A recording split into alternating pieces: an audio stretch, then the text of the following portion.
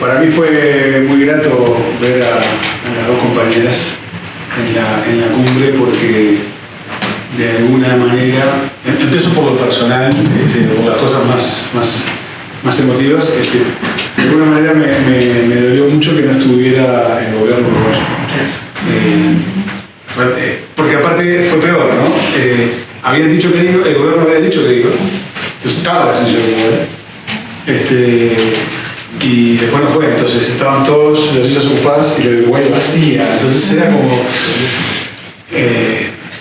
se podrá estar de acuerdo o no con esta plataforma, eso no es el único gobierno que no la dio, pero ni siquiera ir a ver de qué van estas cosas me parece un oscurantismo realmente complejo, ¿no?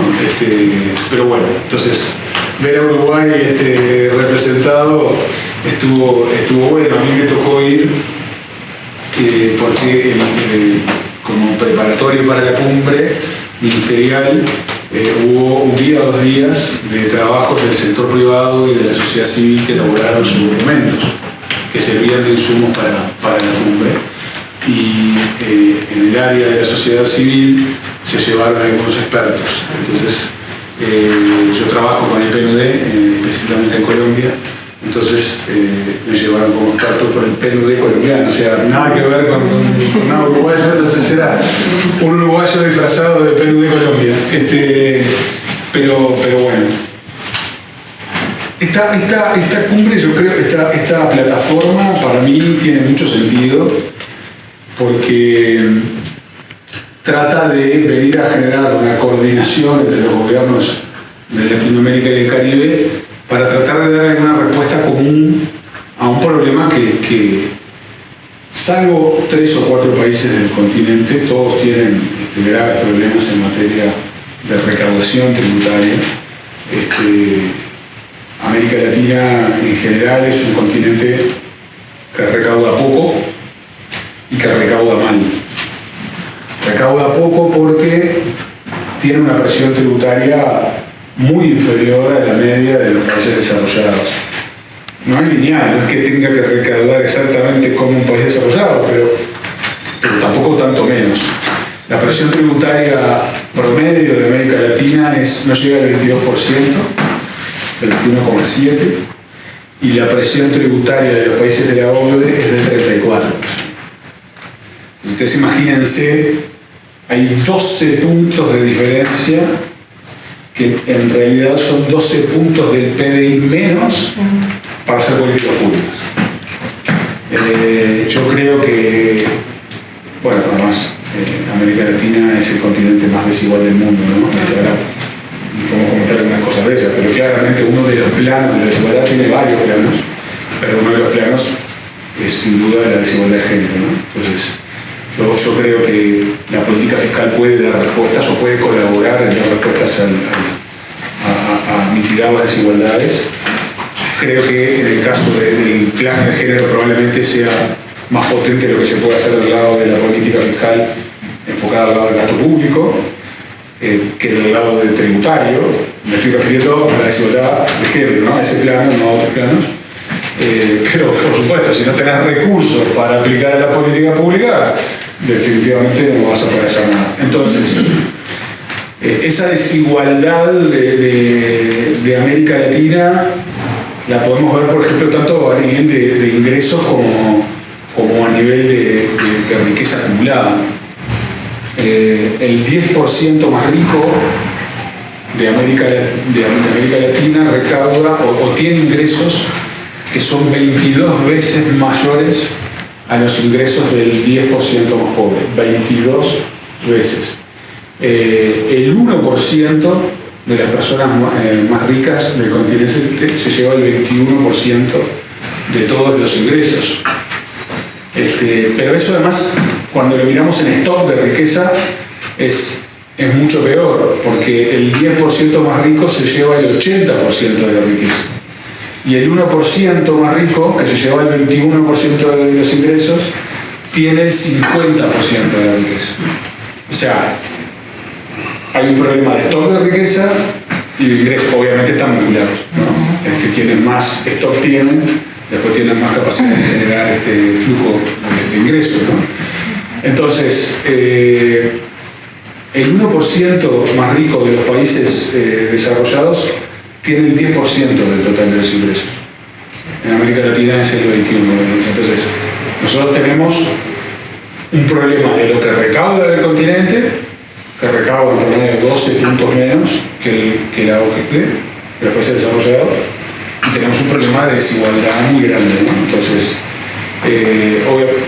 hay vasos comunicantes, o sea, tenemos esos niveles de desigualdad porque no tenemos recursos para aplicarlos a políticas públicas, y además esos niveles de desigualdad generan élites con mucha capacidad de presión, que a su vez hacen lobby para que los sistemas tributarios lo cambien, porque la política, no me quiero citar a mí mismo porque es horrible, pero lo dije en Cartagena, la política fiscal para mí es la más política de las políticas públicas, porque es a donde se expresan todas las tensiones y todas las oposiciones de intereses por la puja de cuánto tengo que aportar y después cuánto me llevo, ¿no? Entonces ahí hay un problema serio. Además de recaudar poco, de recaudar mal, porque tenemos malos diseños, tenemos malos diseños tributarios. Recursos para cuando se anda persiguiendo, hay una compañera paraguaya que siempre dice eso, hasta el último pobre que le dan una transferencia del mínimo posible, todo eso lo tenemos sumado, identificado, sabemos quiénes son, si tienen que comprar vino o comprar carne. Ahora, las exenciones fiscales tendemos a no saber muy bien para qué sirven, etc. Entonces, digo, esto y el financiamiento, que es lo que se ha venido también trabajando mucho, de los sistemas de cuidados, que también en Uruguay nos fue un poco mal en ese sentido, porque si bien nos sirvió para tener mucha fama en el mundo y compañeros consultores en todos lados, etcétera, y ser los pioneros en la creación de un sistema de cuidados, pero también recibimos rebajas presupuestarias, ¿no?, desde el inicio. Así que bueno, estas eran, no sé, para la mesa, preguntas, comentarios, y también si quieren podemos poner sándwiches acá para que no se tengan que pagar. No sé, si tienen preguntas, comentarios, opiniones, no sé, formas de propuestas de lo mejor seguir y continuar este tipo de actividades. Sí, yo después que llegué tarde, estaban aquí en la facultad, esto con el rector, y viendo a ver el tema de cómo mejorar en la carrera académica, esto de la corresponsabilidad de los cuidados, y de, reducir la desigualdad de género. Y una preguntaba ahí, que creo que es la que hay que tener siempre presente, que bueno, que lo he aprendido con Alma, esto de cómo cambiamos las reglas, ¿no?, de este mundo que nos lleva siempre a vivir en como un enloquecido estrés, ¿no?, por la carrera. Y bueno, y esto de tema justamente que traemos acá, que es de cómo se recauda para hacer política, para vivir en un mundo mejor. Creo que es lo más importante. Ahora, mi duda que traía la reunión de hoy y en general, que bueno, acá también hay compañeros también en el Parlamento, etc. ¿Cómo nos imaginamos? O sea, ¿qué es lo distinto que podemos hacer en un futuro de gobierno o algo que sea como alternativo? Bueno, obviamente que lo actual, que como dice esto de la austeridad o del déficit fiscal como el indicador por el cual hay que trabajar, y si nos imaginamos más en esto otro, ¿no?, de una sociedad más justa, etc. Creo que la sensación esto del IRPF, que era una medida necesaria claramente, porque hay muchos colectivos, ¿no?, incluidas los profesionales, que no estábamos contribuyendo como correspondía, y creo que hasta que no te lo dije no te habías dado cuenta, ¿no?, pero la última, como siempre, y también bueno, cómo transformar este discurso de que pagamos mucho, ¿no?, de lo contrario a la realidad, ¿no?, esto de que efectivamente la presión es bajísima, la presión fiscal, pero el discurso que se crea es que se paga más. En Argentina estuve de vacaciones y estaba todo esto de ¿no? Los pobres que se viven de arriba, ¿no? Todos esos discursos que se crean en contra de dar beneficio a quienes no quieren, porque van a tener otra forma de obtenerlo. Entonces la pregunta que me traía era qué es lo que podemos hacer, qué es posible de la demanda. Yo leía la plataforma, por ejemplo, de la feminista y está buenísima, pero hay como demasiadas cosas y adentro no era. Hoy me preguntaban en una entrevista a la radio qué opinaba de la situación económica. Bueno, la ministra dijo que había que evaluarla por la inflación y por el déficit fiscal. Lo cual es una mirada ultra reduccionista de la política económica. O sea, un ministro de Economía no diga, no, a mí me tiene que evaluar por la pobreza, por la desigualdad, por el ingreso de los hogares, por el salario, por la desocupación. Lo otro es una respuesta para entonces el otro ordinario, pero un cajero, un ministro de Finanzas, que de Hacienda, que es el ministro de Economía. Y además le está haciendo también, porque la inflación está baja, y eso es bueno, pero a costa del atraso cambiario más grande de los últimos 30 años de Uruguay. Y en materia de déficit fiscal, lo que te decía, o sea, cuando era oposición en la campaña electoral, la ministra decía que la situación fiscal en Uruguay era un desastre. Hoy Uruguay tiene exactamente el mismo déficit fiscal que tenía en 2019, pero la deuda pública es 10 puntos de PBI mayor que la que había en 2019. Bueno, por la pandemia, pero 10 puntos más alta. Entonces, eso, digo para encuadrar, ¿no? Tenemos desafíos y necesidades concretas y que requieren recursos. Puse solamente 2 ejemplos, podría haber puesto más. Y una situación fiscal compleja, con un país que no crece. Uruguay, en los últimos 10 años, y acá hay que también ser objetivo y sacarse las camisetas, este gobierno de la calle y el segundo de Tabaré completan una década de bajo crecimiento. O sea, en promedio Uruguay va a haber crecido el 1% del PIB. Entonces, es un panorama no sencillo, ¿no? O sea, porque tampoco lo puedes resolver todo, no es real tampoco decir, bueno, preciso X y lo traslado de impuestos. No es. Por ahora acá no, el grupo motor no es ni siquiera CIEDU, por decirlo. Efectivamente creemos que sí, que estaría bueno empezar a aterrizar más. Ahí Ana estaba como afín, bueno, veía que también hay gente contestante. No sé si te gustó de toda la respuesta. Pero no por eso para no quería ser portador de malas noticias, pero. No, pero por ejemplo, la intertemporalidad de la financiación, vos capaz que podés pensar, vos tenés que resolver problemas de base, yo creo de manera más agresiva, por ejemplo, de la política de vivienda. Y bueno, vos capaz que podés decir, bueno, yo genero un fideicomiso que lo voy a pagar en el largo plazo, pero tengo que hacer un sol de vivienda. Por decir algo, o sea, y eso capaz que en algún punto tolero que me compute más déficit, pero bueno, si yo me pongo ese piso, el Uruguay tiene un problema. Digo, no quiero ponerme a hablar, pero vos tenés una restricción fiscal que no podés ignorar, entonces tenés que buscar formas creativas de hacer, porque tampoco es que vos decís, tampoco puede estar, porque podría ser muy cómodo también decir, bueno, no hay nada para hacer, muchachos. No es esa la pronto que quieras, o sea, no puede hacerlo nunca. Y menos luego de un periodo donde los retrocesos son más que evidentes. Entonces, yo creo que hay, Carolina usa esa palabra, va a haber que hacer una reconstrucción. Yo al principio decía, no me gusta la palabra, después me voy mirando en distintas áreas, y bueno, un poco sí, ¿no? Entonces, esa reconstrucción y después ver en qué áreas precisás y das un salto, yo reitero, esto es una opinión meramente personal, pero Uruguay debería de atacar muy fuertemente la pobreza infantil. Porque la pobreza infantil no son los niños pobres, son los hogares. Si vos lo enfocás en los hogares pobres, es educación, es salud, es vivienda, es política territorial, es cuidados, es el globo, ¿no? Entonces, si vos te lo ponés como foco y sobre eso construís, verdad, esa es una.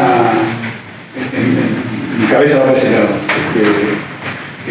Creo que hay otras realidades también, pero me parece que esa es probablemente, por lo menos, lo más lacerante, ¿no? Y después, otros planos de desigualdad en Uruguay, hablábamos del de género, que para mí también a través de las políticas públicas hay cosas para hacer.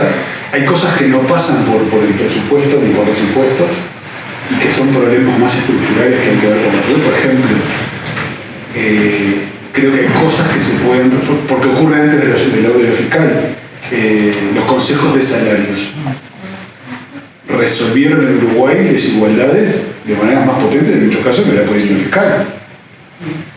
Yo creo que, bueno, ustedes más claro que yo, no tanto, pero por ejemplo, en materia de desigualdad de género, generar cambios estructurales en el mercado de trabajo, capaz que es hasta más importante que mucho más o menos la orientación, que lo es, pero digo, creo que ahí es otro plano de desigualdad también, y el otro plano de desigualdad que tiene Uruguay es el territorial, ¿no?